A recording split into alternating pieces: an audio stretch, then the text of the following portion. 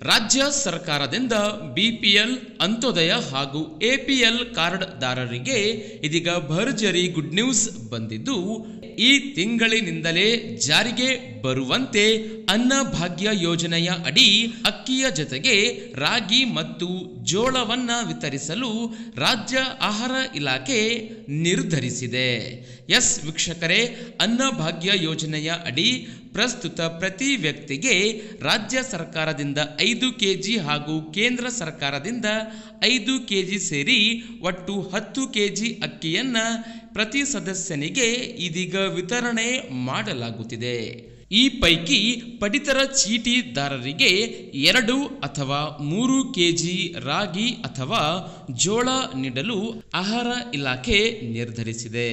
ಕಲ್ಯಾಣ ಕರ್ನಾಟಕದ ಭಾಗದ ಜನತೆಗೆ ಜೋಳ ಹಾಗೂ ದಕ್ಷಿಣ ಭಾಗದ ಕರ್ನಾಟಕದ ಜನತೆಗೆ ರಾಗಿಯನ್ನ ವಿತರಣೆ ಮಾಡಲಿಕ್ಕೆ ಇದೀಗ ರಾಜ್ಯ ಆಹಾರ ಇಲಾಖೆ ತೀರ್ಮಾನಿಸಿದೆ.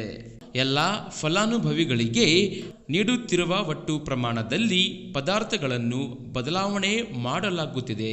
ಕೆಲವು ಭಾಗದಲ್ಲಿ ರಾಗಿ ಮತ್ತು ಕೆಲವು ಕಡೆ ಜೋಳ ನೀಡಲಾಗುವುದು ಎಂದು ಅಧಿಕೃತವಾಗಿ ಇದೀಗ ಆಹಾರ ಇಲಾಖೆ ಸುತ್ತೋಲೆ ಹೊರಡಿಸಿದೆ. ಹೀಗಾಗಿ ಎಲ್ಲರಿಗೂ ಈ ವಿಡಿಯೋ, ಈ ಮಾಹಿತಿಯನ್ನು ವಾಟ್ಸಪ್, ಫೇಸ್ಬುಕ್ಕಲ್ಲಿ ಮರೆಯದೆ ಶೇರ್ ಮಾಡಿ ಚಾನಲನ್ನು ಸಬ್ಸ್ಕ್ರೈಬ್ ಮಾಡಿಕೊಳ್ಳಿ ವೀಕ್ಷಕರೇ.